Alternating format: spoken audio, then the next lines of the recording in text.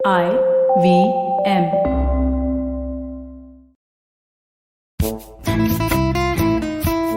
हर्षित,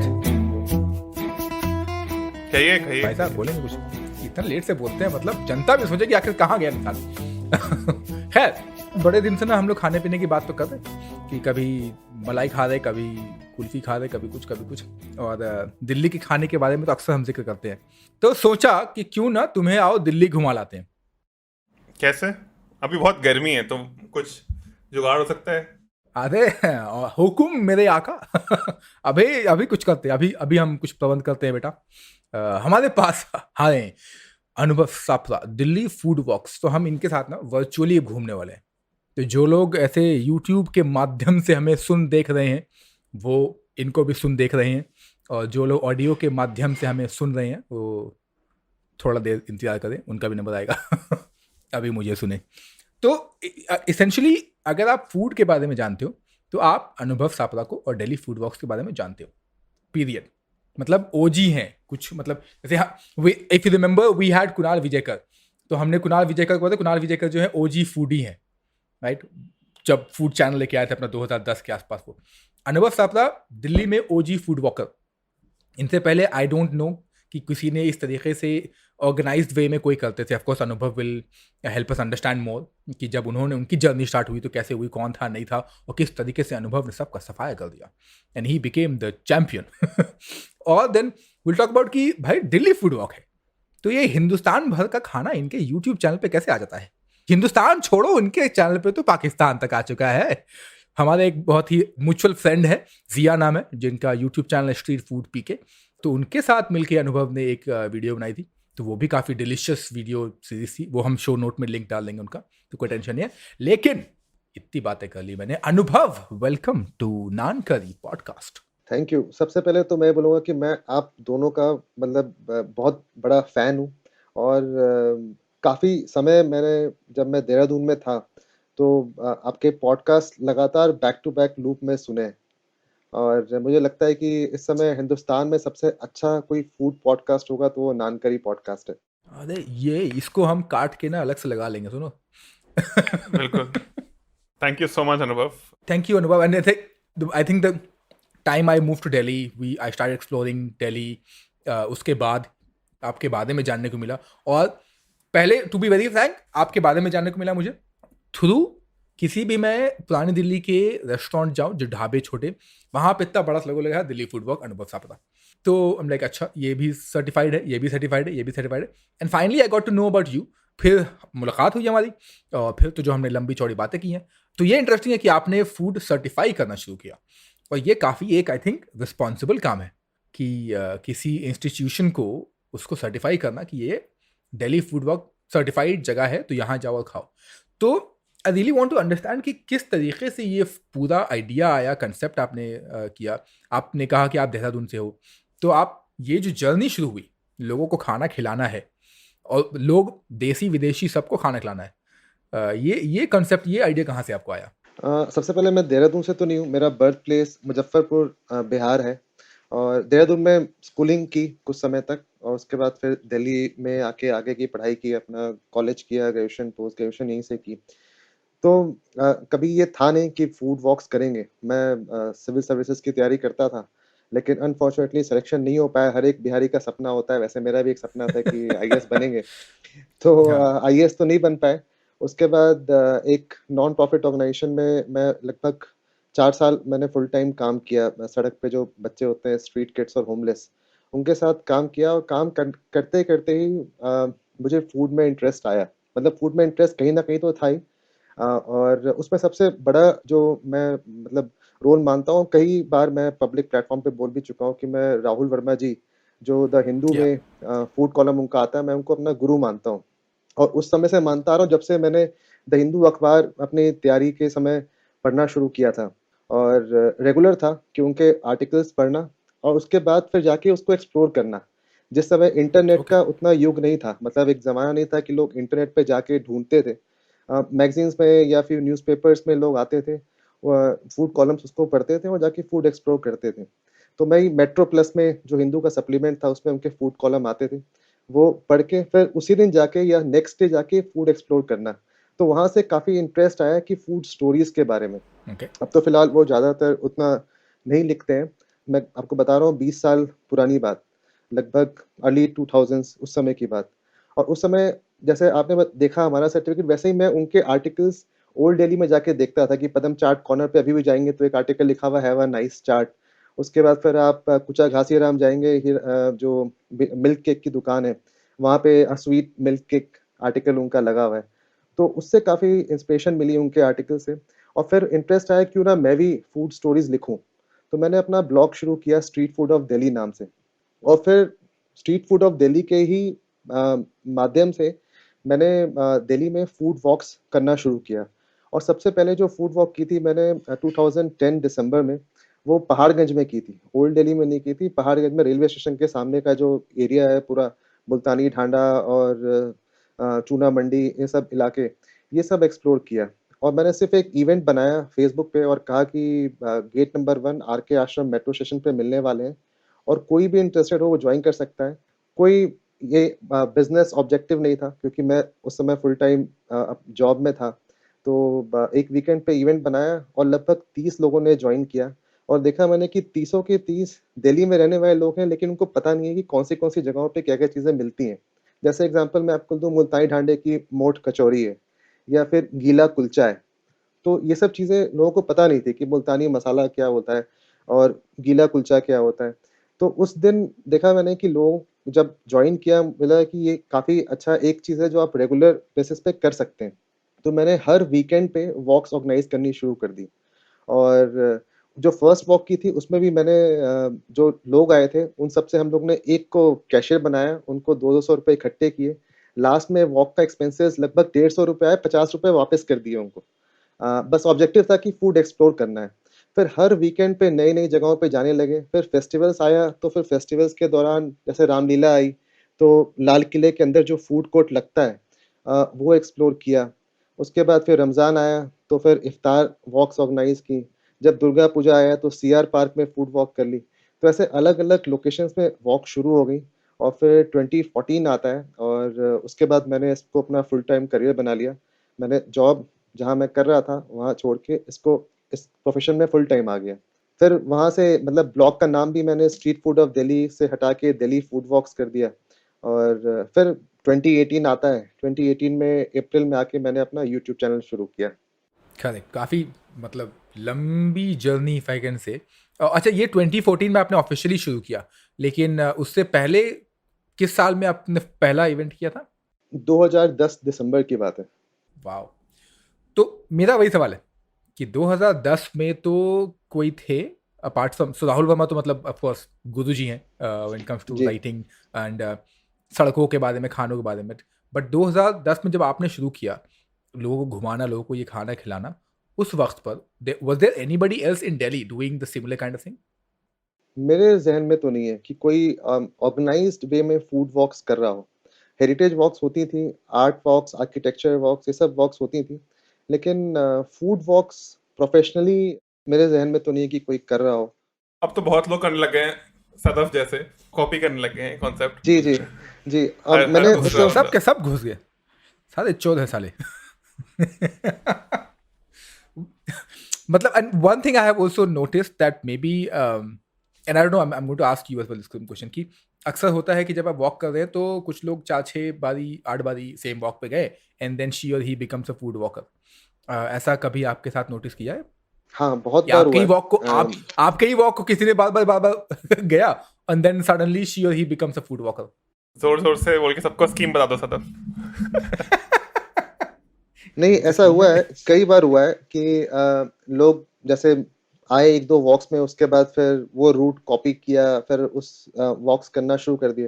लेकिन फिर भी मुझे लगता था कि जो एक पैशन होता है, जिस पैशन के साथ मैं पर्सनली फूड वॉक करता हूँ, या फिर जो स्टोरीज़ हैं, आप उसको हर बार कॉपी नहीं कर सकते। जैसे ओल्ड दिल्ली है, ओल्ड दिल्ली में मैं इतने सारी जगहों को जानता हूँ, गली-गली मतलब जगह मुझे पता है। तो हर बार मैं हर वॉक में नया रूट कवर कर सकता हूँ। मतलब आप एक एक चीज़ कॉपी कर सकता है कोई इंसान, या फिर एक स्टाइल ऑफ डूइंग वॉक्स वो सबका अलग-अलग है। जिस तरह से अर्चित वॉक करेंगे, आप करेंगे, मैं करूँगा, उन तीनों में फ़र्क है, स्टोरीज़ में भी फ़र्क आएगा। अच्छा, आपने एक बहुत इंटरेस्टिंग चीज बोली कि जो लोग दिल्ली में रहते हैं उन्हें नहीं पता था वो पहाड़गंज में जगहों के बारे में, and that is so true. काफी बार हम अपने ही शहर को we take it for granted कि है ये चीजें, ऐसा कुछ खास तो है नहीं हमारे शहर में, जहाँ जो अच्छी चीज़ें वहाँ हम जा चुके होंगे। बट काफ़ी बार ऐसा मेरे साथ हुआ है कि कोई बाहर से दिल्ली आया है और उसने रिसर्च करी है कि हाँ हमें यहाँ जाना है, हमें हमें ये चीज़ें ट्राई करनी है, और वो मुझे भी नहीं पता था उन चीज़ों के बारे में। तो मैंने, बिकॉज वो टूरिस्ट की तरह यहाँ इंडिया दिल्ली आए हैं, तो मैंने भी वो चीज़ें ट्राई कर ली उनकी वजह से। तो ये काफ़ी बार हुआ है मेरे साथ भी। और मैं आपको बताना चाहूँगा कि आपके यूट्यूब पेज की वजह से, जो जिसके बारे में अभी आपसे पूछने वाला हूँ मैंने बहुत सारी जगहें डिस्कवर करी हैं। तो जैसे if I have to go to a new city और वहाँ के स्ट्रीट फूड के बारे में मुझे नहीं पता हो और मुझे जानना हो कि कहाँ कहाँ विजिट करना चाहिए, तो आपका यूट्यूब पेज खोल के उस सिटी का नाम डाल के मुझे पूरी गाइड मिल जाती है कि यहाँ यहाँ मुझे जाना है when I visit this city. So thank you so much. एक आपका मिनट, ये एक मिनट, एक्सक्यूज मी, हाँ एक्सक्यूज मी। वो बोलिए बोलिए। पूरी गाइड नहीं है, वो अनुभव सापड़ा गाइड है। तुम कहाँ से घुस रहे हो इसके बीच में? तुम कहाँ मैंने से कब आए? बोला पूरी गाइड? यू सेड पूरी गाइड मिल जाती है। नहीं नहीं नहीं, पूरी गाइड नहीं, अनुभव सापड़ा गाइड अरे है। पूरी गाइड यार, तो तुम पैसे काटो बहुत इसके ही यार। ओवर एक्टिंग के पैसे काटो इसके। कमिंग बैक अच्छा, to the main coming point. Back, मेरा सवाल था कि ये फूड वॉक से आपने यूट्यूब पे ट्रांजिशन कैसे और कब, तो आपने बताया 2018 में, पर ये कैसे करी, and this has been a very successful transition for you? इसके पीछे बस एक ही रीज़न था कि मतलब दिल्ली लगता था मुझे कि बहुत अच्छे से मैंने एक्सप्लोर कर लिया है हद तक।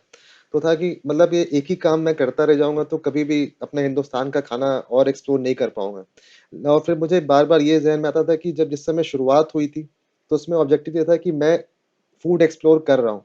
तो कहीं न कहीं मैं अपने आप को एक लिमिट करते जा रहा था। और उस कारण से मैंने पहले 27 में थोड़ा एफर्ट्स लिया। मैं खुद से बनारस चला गया, अमृतसर गया, लखनऊ गया, कुछ कुछ जगहों पे जाके एक्सप्लोर किया। फिर 2018 में जब हुआ कि नहीं, अब इसको जब जा ही रहे हैं, तो क्यों ना इसे डॉक्यूमेंट करना शुरू कर दें। और उस समय था कि लोगों ने धीरे-धीरे, एक समय आया था जब ब्लॉग्स पढ़ना बंद कर दिया। मतलब पढ़ते हैं बट उतनी रीडरशिप नहीं है जितनी पहली होती थी। मतलब मैंने काफ़ी ब्लॉग्स लिखे हैं, उड़ीसा तक का ब्लॉग्स मैंने लिखा है।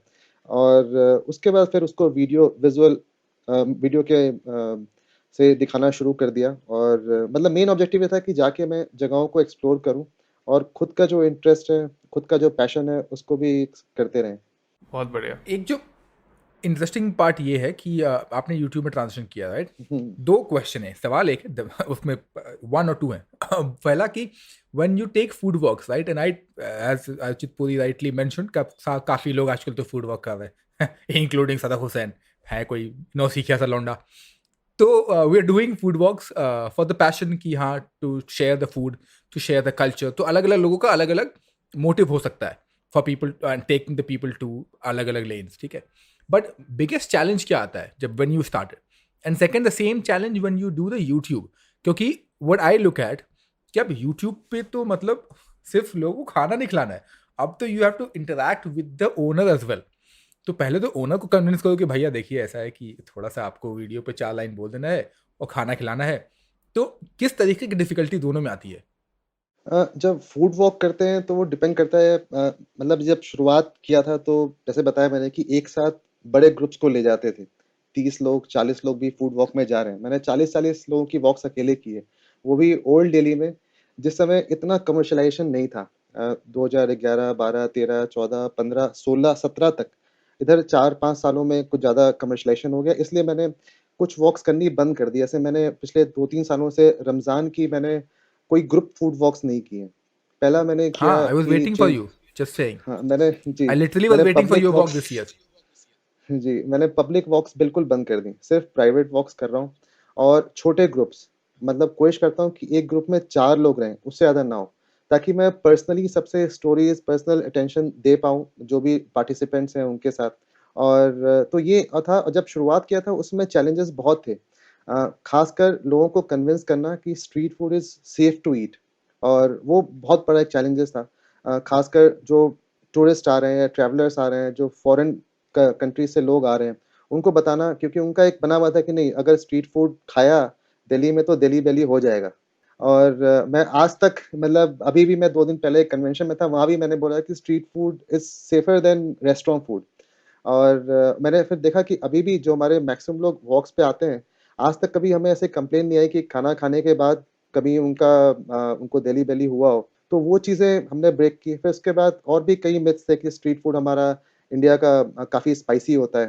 तो काफ़ी चैलेंजेस थे ऐसे। फिर साथ में टूर ऑपरेटर्स को भी कन्विंस करना कि नहीं, आप अपने गेस्ट को हमारे वॉक से भेजिए, उनको कोई दिक्कत नहीं होगी। धीरे-धीरे ये सारे चैलेंजेस ओवरकम किए, ग्रुप साइज़ छोटा किया, ताकि पर्सनली कस्टमाइज़ कर सकें जो भी उनके वॉक्स फूड प्रेफ़रेंसेस हैं। जैसे मैंने बताया कि एक रूट कर सकते हैं।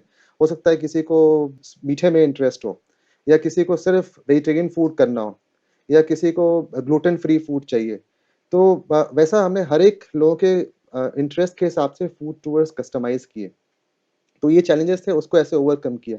अब सेकंड जो क्वेश्चन था आपका यूट्यूब पे, मुझे लगता है कि जो मेरा स्टाइल है यूट्यूब करने का, मैं उसको बिल्कुल नेचुरल रखता हूँ और अनस्क्रिप्टेड रखता हूँ। मतलब कभी भी ऐसा नहीं होता कि मैं कुछ रिसर्च करके जाता हूँ कि ये सवाल पूछने हैं, या फिर ये चीज़ मैं खाने जा रहा हूँ, वहाँ जाके ही एक्सप्लोर करता हूँ।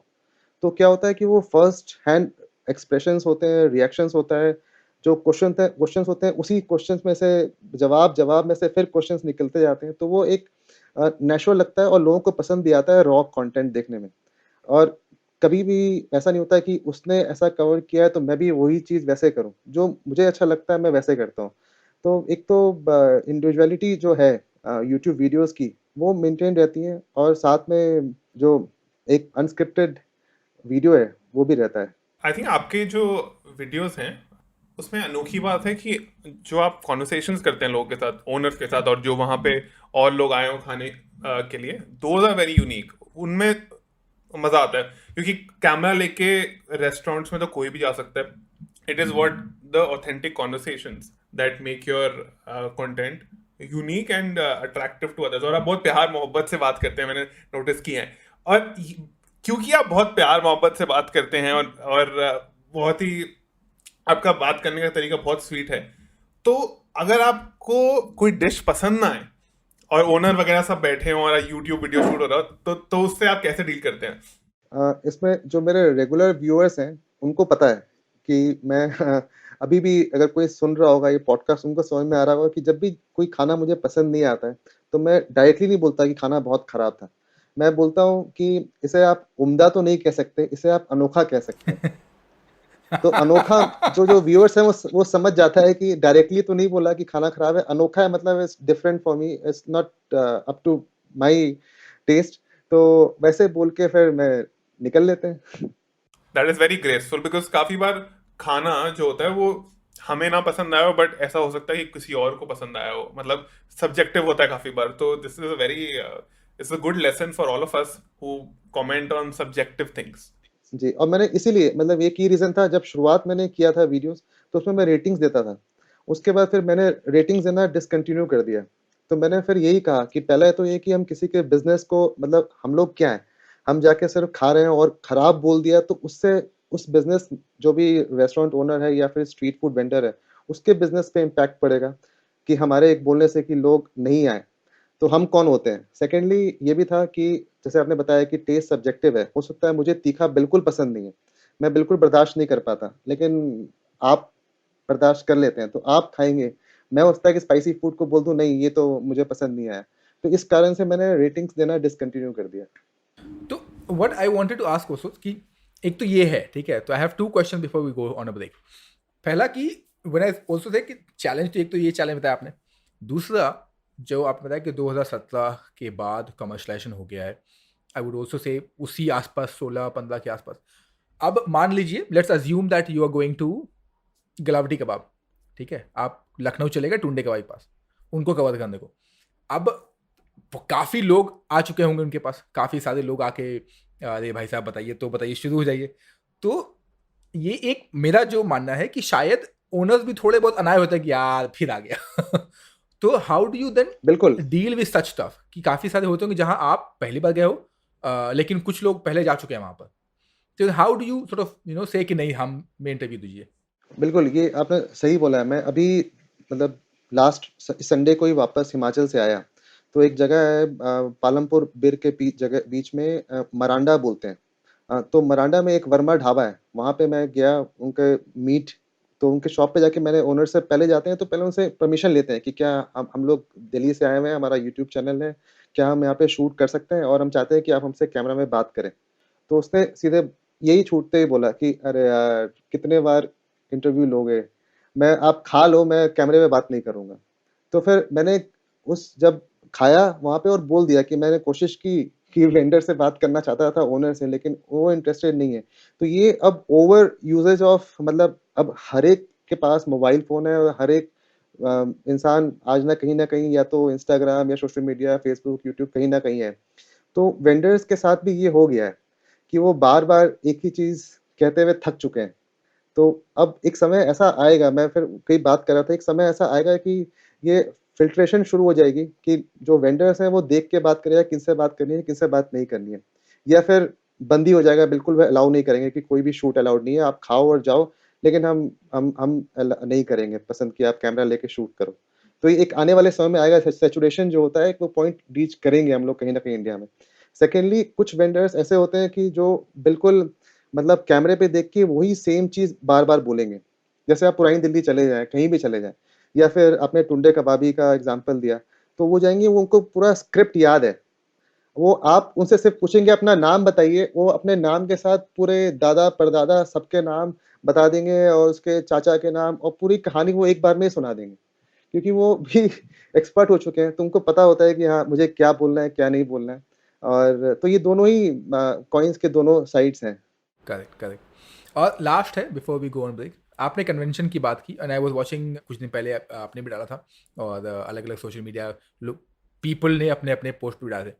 आपने मेंशन किया about hygiene, street food being hygienic, right?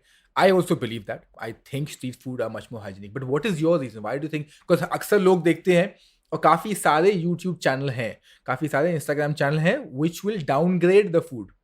देखिए, ओहो देखिए हाथ से कर रहे हैं, ओहो देखिए, अब for example they are making wine, ओहो देखिए वाइन को पैर से दबा रहे।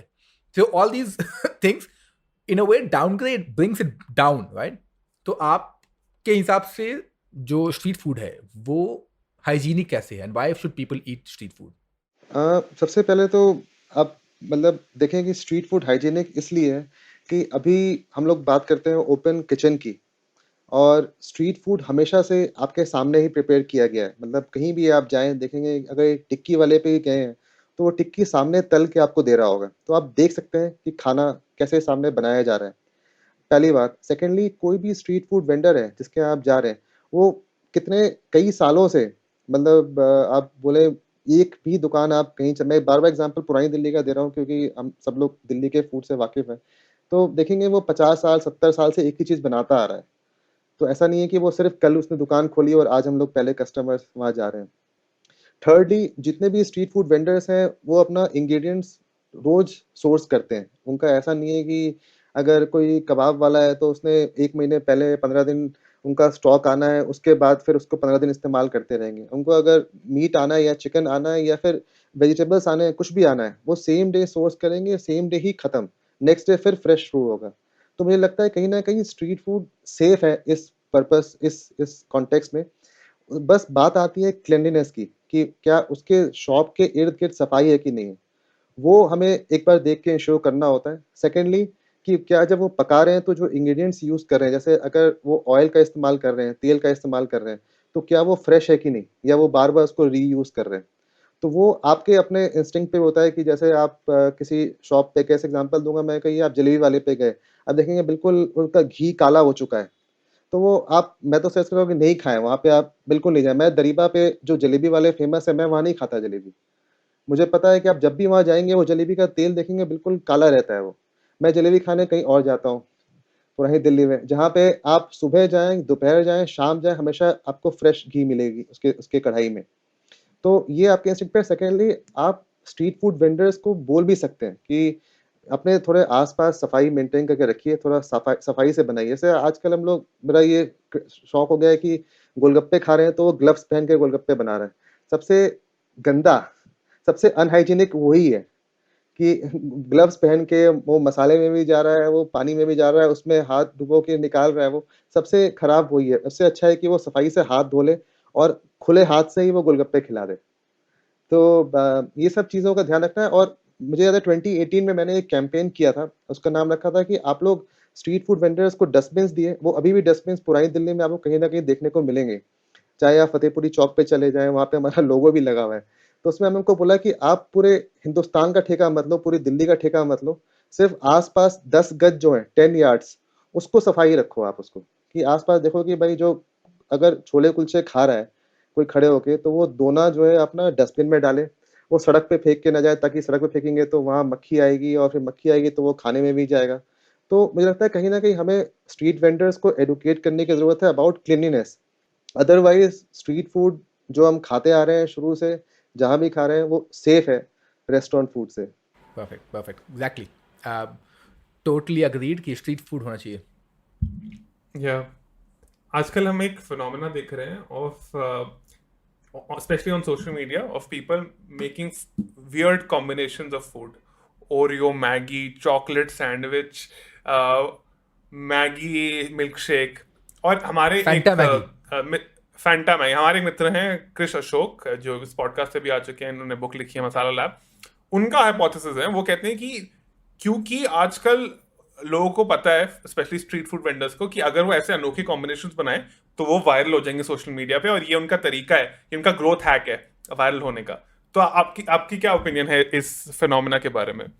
मुझे लगता है इसमें स्ट्रीट वेंडर्स से ज़्यादा रिस्पॉन्सिबल जो कंटेंट क्रिएटर है, वो है। जैसे अगर कोई स्ट्रीट फूड की शॉप पे जा रहा है, कहीं देखा, मतलब उनको भी रहता है कि आप जैसे मक्खन की बात करें या मेयोनीज़ या चीज़, जो भी चीज़ें रहती है, वो एक्स्ट्रा डालते हैं। हाँ जी। कैमरा देखते ही उनमें भी आ जाता है कि और डालो, और वो डलवाते भी हैं, मतलब जो कंटेंट क्रिएटर होते हैं।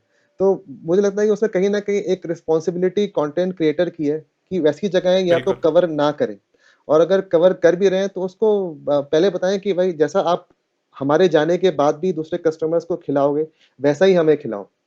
मतलब ऐसा नहीं है कि कैमरा को देख के आपने उसको ओवरडू कर दिया और बाद में सदफ खाने के लिए जाएँ तो बोले यार ये तो धोखा हो गया हमारे साथ। इसमें ऐसा कुछ था ही नहीं। तो और सेकेंडली ये भी है कि आई बॉल्स के लिए दोनों ही करते हैं। मतलब स्ट्रीट वेंडर्स भी कर रहे हैं और साथ में जो कंटेंट क्रिएटर वीडियो बनाने जा रहा है वो भी चाहता है कि भाई उससे व्यूज़ आएँगे। तो वो भी उसको वैसे करवाता है और स्ट्रीट वेंडर को भी लगता है कि हाँ, उससे मैं ऐसा करूँगा तो मेरी वीडियो वायरल हो जाएगी और वायरल होगी तो लोग और कस्टमर्स आएँगे। अभी आपको एग्ज़ाम्पल देता हूँ, मैं गया था अभी बीच में सूरत, मैं सिर्फ़ 2 दिनों के लिए गया था, रमज़ान के टाइम पे, और मेरा था कि मैं झापा बाज़ार और रांदेर कवर करूँगा। तो दिन में थोड़ा मेरे पास टाइम था, तो मैंने सोचा कि एक चाय वाला है जिसकी वीडियो बहुत वायरल हुई थी, जिसने फ्रूट चाय बनाई थी, जिसमें केला, चीकू ये सब डाल दिया था। मैं वहाँ गया उसके पास। मतलब ये मतलब दुःख वाली बात है कि वहाँ जाने के बाद वो जो चाय वाला था, वो बेचारा इतना दुखी था, कह रहा है कि उस वीडियो में जिसने वीडियो बनाई, उसने इतनी मतलब सामने तो कुछ नहीं बोला, पीछे जाके उन वेंडर की चाय की बुराई कर दी। अब उसके बाद क्या हुआ, उसकी सेल बिल्कुल मतलब 20-30% रह गई। वो दुखी था बहुत। तो मैंने कैमरे पे उससे माफ़ी माँगा। मैंने कहा मैं ये जो कंटेंट क्रिएटर्स कम्युनिटी है उसकी तरफ से माफ़ी माँगना चाहता हूँ। मुझे आप फ्रूट चाय मत पिलाइए, मुझे अपनी आप जो सादी चाय होती है पत्ती, चीनी और मसाले वाली वही पिला दीजिए। मुझे कोई शौक नहीं है कि मुझे फ्रूट चाय कवर करना है, मुझे सिर्फ़ आपसे मिलना था, तो मिलने आया हूँ और मैं माफ़ी माँगता हूँ कि लोगों ने आपके साथ ऐसा किया। तो वो बेचारे बहुत खुश हो गए कि चलो यार किसी ने मतलब एक इम्पैक्ट से बहुत लोगों को सामने बहुत सारे ऐसे भी क्रिएटर्स हैं जो सामने बोलेंगे कि नहीं बनते हुए रिकॉर्ड कर लिया, साइड में जाएँगे और बोल देंगे अरे क्या बनाया था, बिल्कुल वाहियात था। लेकिन उनको ये समझ नहीं आ रहा कि किसी की लाइवलीहुड उस पे डिपेंडेंट है। हाँ जी, तो बिल्कुल। वो भी ध्यान रखना ज़रूरी है कि एंटरटेनमेंट आपके लिए एंटरटेनमेंट है, लेकिन दूसरे की ज़िंदगी का, किसी की फैमिली चल रही है, वो 30 सालों से चाय बेचता आ रहा है। तो वो बहुत दुःख की बात भी है। या नो आई एग्री, कंटेंट के नाम पे आजकल तो काफ़ी खिचड़ी पक रहा है। खैर, कंटेंट हम भी दे दें और अभी हम लेते हैं थोड़ा सा ब्रेक, क्योंकि हर कंटेंट को ब्रेक ज़रूरी बनता है। Let's come back after the break. Hello, it's been another great week on the IVM Podcasts Network. On The Habit Coach, Dr. Richa and Ashton talk about the ill effects of cigarettes, vapes, and hookahs. On Misconduct, Raghavi and Nisha introduce us to Sarlaben, the woman who led the Chipko movement. On Naan Curry, Sadaf and Archit talk about the tearjerker of all vegetables, onions. On Pulyabazi, Pranay and Saurabh analyze whether Indian states should engage in economic diplomacy.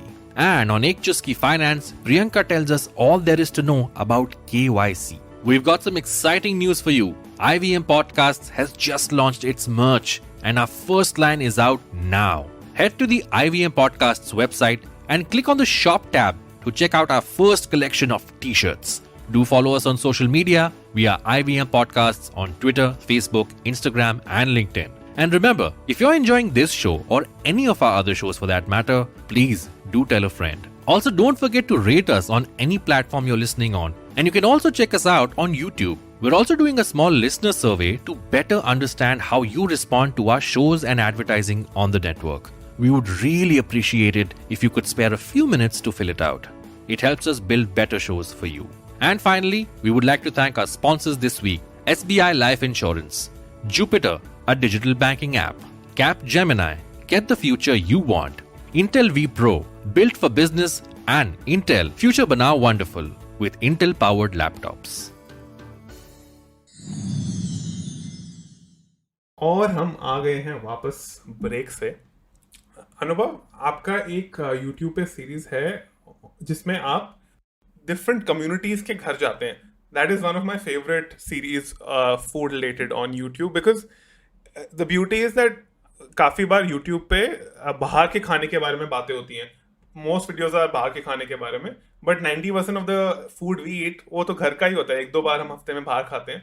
तो और India में इतनी diversity है, एक घर में, even अगर दिल्ली में कोई रहता है, दिल्ली में कोई हिंदू रहता है फॉर एग्जांपल, उनमें भी अलग अलग घरों में अलग अलग खाना होगा। मारवाड़ी के घर पे अलग खाना होगा, कायस के घर पे अलग खाना होगा, और आपने वो सब के घर पे जाके पूरा दिन बिताया है और उनके साथ खाना खाया है। That is one of my favourite food series and I think it's a brilliant idea. It's a very intimate way of showing how people actually ईट। मतलब आप कोई और कंट्री का अगर आप वीडियो देखो तो आपको काफी बार दिखता है कि वो बाहर लोग कैसे खाते हैं, पर घर पे जो जैसे लोग खाते हैं that is their actual real life.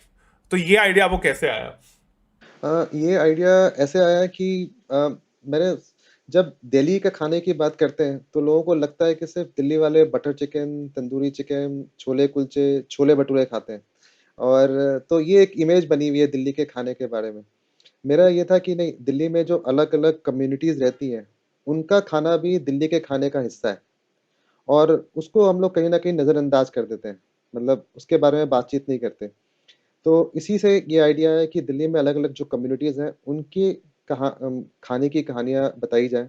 जैसे सिंधी कम्युनिटी है, या फिर कायस्थ है, फिर बनिया है, मारवाड़ी है, इन सब की कम्युनिटीज़ का खाना फिर हमने अपने लोगों से, फैमिलीज़ में जा के उसको डॉक्यूमेंट करना शुरू किया।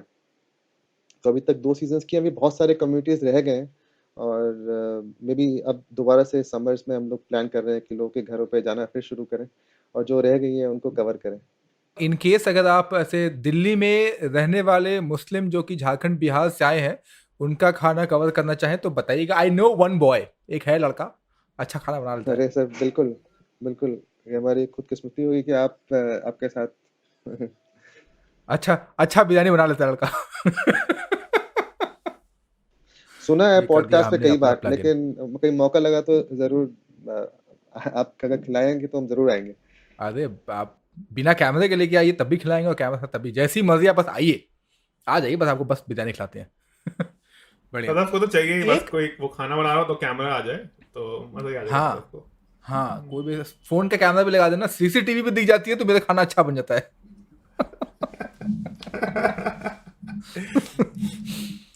वन आई रियली, जब अर्चित तो मैंने ना डिस्कशन स्टार्ट किया था ना अनुभव कि अनुभव को लाएंगे, तो one question you both had कि something similar to what you have mentioned, कि स्ट्रीट फूड पे ना अक्सर एक चीज आजकल बहुत ही main ingredient of the street food, ओए होए भाई अमूल बटर चिकन या अमूल का मक्खन, तो इतना हर चीज में अमूल अमूल अमूल अमूल।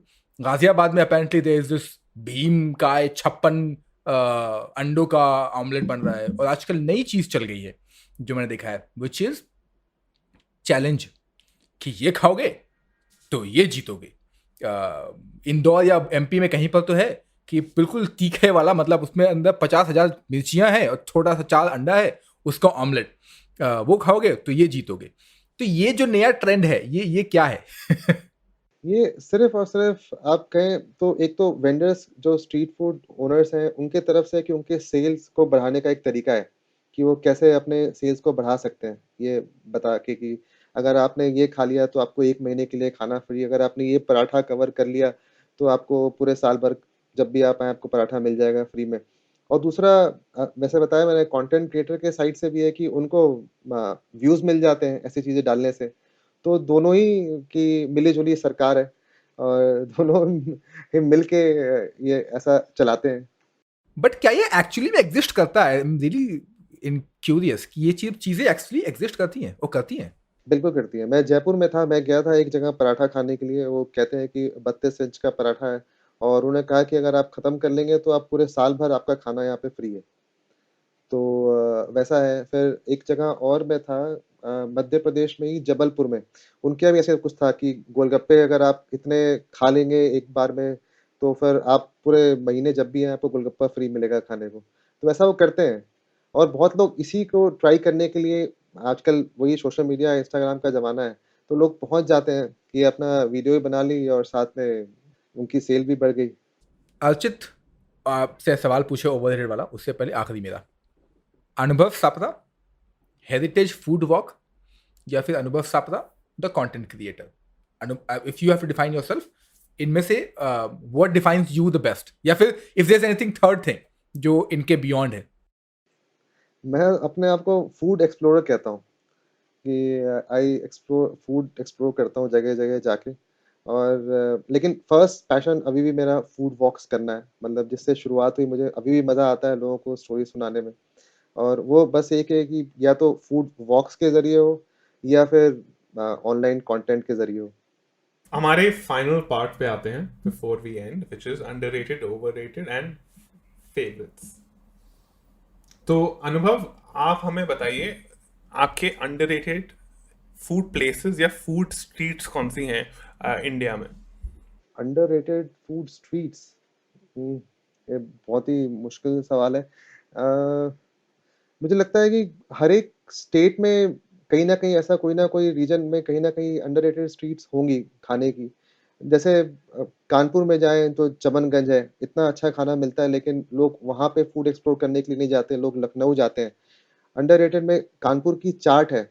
मतलब बहुत सारी चीज़ें हैं ऐसे हर एक रीजन में अलग-अलग कुछ ना कुछ होगा लेकिन रिसेंट अभी मैं कानपुर होके आया था, तो कानपुर में देखा मैं जो चाट कानपुर में मिलती है, वो चाट ना बनारस में है, ना लखनऊ में है।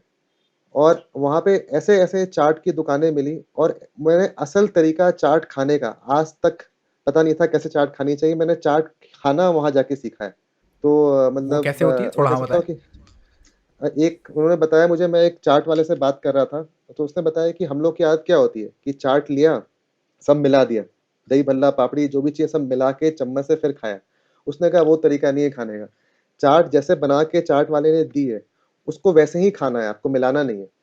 उसने कहा कि वो हमारा हाथ होता है कि हम जब मसाले डाल रहे होते हैं, पता होता है कि मसाला कहाँ जा रहा है, चटनी किस तरफ जा रही है। तो आपको हर एक आप जब बाइट ले रहे हैं चाट का, तो आपको अलग-अलग स्वाद मिले। कहीं पे आपको मीठापन आएगा, कहीं पे तीखापन आएगा, कहीं मसाले का स्वाद आएगा, कहीं अदरक आएगी। तो कह रहा है वो तरीका है खाने का। आप हम लोग क्या करते हैं चाट देखा नहीं है, सब मिला दिया और उसके बाद फिर क्या बोला आपको फिर तो स्वाद आएगा ही नहीं। वो सारी कुछ मिल-जुल जाएगा तो आप कुछ डिफरेंट नहीं कर पाएँगे कि कौन-सा स्वाद क्या था। तो उसके बाद से मैंने सही तरीके से चाट खाना शुरू किया। तो ऐसे बहुत सारी चीज़ें हैं जो सड़क पे सीखने को मिलती है जो कहीं सीख नहीं पाता इंसान। तो अंडररेटेड मैं कह सकता हूँ कि रिसेंटली मेरे लिए यही था। बाकी तो ऐसे तो हर एक रीजन में कहीं न कहीं कोई ना कोई अंडररेटेड जगहें होंगी। अच्छा, एंड ओवररेटेड कौन सी होगी? ओवररेटेड ये भी बहुत ही कठिन सवाल है मेरे लिए। बट लगता है जो अब मैं कई दिनों से जैसे ओल्ड दिल्ली का स्ट्रीट फूड है, वो कहीं न कहीं अब जाके धीरे-धीरे कुछ जगहें ओवररेटेड होती जा रही हैं। अब वो एक कारण ये हो सकता है कि या तो मैंने बहुत बार वहाँ पे खाना खाया है एक ही जगह पे, तो वो मुझे लगने लगा है कि अब ओवररेट हो गया है। तो वैसी जगहें हैं कई सारी। अब मैं नाम नहीं लूंगा कौन सी है। नाम जो है हम ऑफ रिकॉर्ड पता करेंगे। हाँ, बिल्कुल। और आपके फेवरेट स्ट्रीट्स या खाने या जगहें जहाँ लोगों को जाना चाहिए, वो क्या है?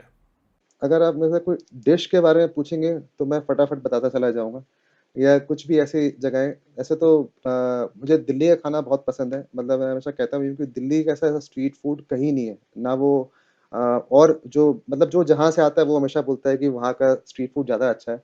बट दिल्ली ब्लेस्ड है कि दिल्ली में आपको पूरे हिंदुस्तान का खाना मिल जाता है और अच्छा खाना मिलता है। बस ये होता है कि जगह पता होनी चाहिए, कौन-सी जगह पे क्या चीज़ मिलती है, आपको क्या खाने का मन है। वो जगह अगर आपको वो पता है, तो आप जाके सही से वो टेस्ट कर सकते हैं। तो आप अगर मेरे से कोई डिश पूछेंगे तो मैं फटाफट बता दूँगा। अचित, एक काम करते हैं, अनुभव ने ये बोला और आपका हुक्म सर आंखों पर, we will give you 5 states और उन 5 शहरों का खाना। ठीक है अचित? ठीक है, स्टेट या शहर? शहर ले लो यार। शहर ले लेते हैं, ठीक है। स्टेट ले लेते हैं। क्या ले, शहर ले रहे State. स्टेट ले रहे? बता दो पहले, कंफर्म करो। स्टेट, ओके, स्टेट बड़ा एम्बिट था, ठीक है। ओके, तो 1 I will ask, 1 Achit will ask. Delhi का फेवरेट फूड? दिल्ली का favourite food chole bhature, Maharashtra. Any particular shop? Nandi Hatti Sadar बाजार। महाराष्ट्र। महाराष्ट्र मैंने ऑनेस्टली उतना डिटेल्ड एक्सप्लोर नहीं किया है, जो थोड़ा बहुत किया है वो मुंबई किया है। तो मुंबई में मैंने अभी रिसेंटली मैं गया था, तो फिर लंबी कहानी हो जाएगी, बट लेकिन रमज़ान में मैंने एक जगह पे खाई थी, वहाँ पे छोटे कबाब मिलते हैं हिंदुस्तान के। वो बैदा में 6 मुझे बहुत पसंद आया था, वो घी में कबाब को मैश करके देते हैं, तो वो बहुत अच्छा लगा था। अब वो पता नहीं महाराष्ट्रियन खाना नहीं है, बट वो स्ट्रीट फूड का है। हाँ, वो बॉम्बे चलेगा। का होगा, हाँ हम्म, चलेगा। बिहार? बिहार में अपना बिहारी कबाब। अरे अरे ओ हो, क्या बात बोले, वो फुल पॉइंट। कहाँ का Bihari kebab? Any particular place? Mangu hotel. हाँ, मंगू होटल का। कर्नाटका। कर्नाटका में जो भी अलग-अलग उनकी रोटी मिलती है, चाहे वो रागी रोटी हो या ज्वार की रोटी हो, वो बहुत अच्छी है। अरे वाह वाह वाह, मेरा दिल खुश कर दिया, बिकॉज आई लव ज्वार की रोटी। वही तो, एक बोला बिहारी कबाब, सदफ खुश, एक बोला रागी रोटी, अच्युत खुश। ओके, अब थोड़ा सा कंफ्यूजन है मेरे पास, तो I am going to give you, क्योंकि आपने कानपुर बोल दिया, तो I am going to give you Lucknow. Lucknow में जो मटर मिलती है, जो मटर की चाट को सिर्फ मटर बोला जाता है, वो बहुत अच्छी है। करेक्ट। कहाँ की? शुक्ला की। शुक्ला की। ओहो। So now we know that the top 5 Anubhav's favorite places, as in states, शहर और वहाँ के खाने। तो आपको जाना है तो जाएं, खा पी के आए, हमारी दुआएं लेके जाएं। थैंक यू सो मच अनुभव, बहुत मजा आया हमें। Thank you. और बड़े मजे आए आपसे खाने के बारे में गप्पे मार के। और नहीं, कभी मौका लगे तो आप दोनों साथ में आए। मुझे बहुत अच्छा लगा कि आपको मैं फूड वॉक पे होस्ट करूं, और वो भी ओल्ड दिल्ली का नहीं, ओल्ड दिल्ली नहीं करेंगे। मैं आपको बिल्कुल। कुछ मे बी कमला नगर ले चलूंगा। कमला नगर, शक्ति नगर, ये सब जो जगह है, जो मतलब एक तरह से लोग वहाँ उतना फूड के लिए एक्सपोर्ट पे नहीं जाते, तो वहाँ ले चलेंगे आपको। बिल्कुल आप हुक्म करें, हम पहुंच हाँ, जाएंगे। हम पहुंच और आप जाएंगे। हमारे यहाँ जब बिरयानी आप खाने आए। अवेलेबल हैं। जी। डन है जी। Cool. On that really nice note, हम सब ने एक दूसरे को इनवाइट कर दिया है, और अब आप अच्छे से पॉडकास्ट को वापस सुन ले 2-4 बारी हमारे बदले। करते हैं दुकान बंद। If you like this podcast, don't forget to check out other interesting podcasts on the IVM network. You can listen to us on the IVM Podcast app or ivmpodcast.com. You can also follow us on our social media. We are @IVM Podcasts on Twitter and Instagram. And if you want to reach out to me on Twitter, I am Hussain Sadaf1, and on Instagram, I am Sadaf_Hussain. You can reach out to Archit On Twitter @BandTofu and on Instagram @The Hustling Glutton.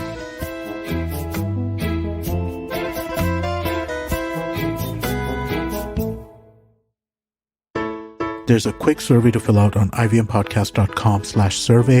It lets us know a little bit more about who's listening to us. And you know what? We're going to do a few prizes. So, we'll do a random drawing of maybe 10 people and we'll send you all some swag. Remember, that's ivmpodcast.com/survey where you can fill out the survey. क्या आप left out feel करते हैं जब कोई आपसे investment या insurances की बात करता है? क्या आप सीखना चाहते हैं कि अपने पैसों को स्मार्ट तरीके से कैसे मैनेज करना है? अगर हाँ, तो आप सही जगह आए हैं।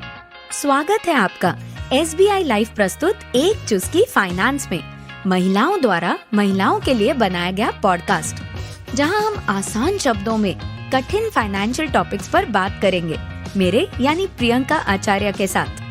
अपने 14 वर्षों का अनुभव लिए मैं आ रही हूँ हिंदी और अन्य 7 भाषाओं में हर मंगलवार नए एपिसोड्स के साथ IVM पॉडकास्ट नेटवर्क और अन्य चर्चित पॉडकास्ट प्लेटफॉर्म्स पर।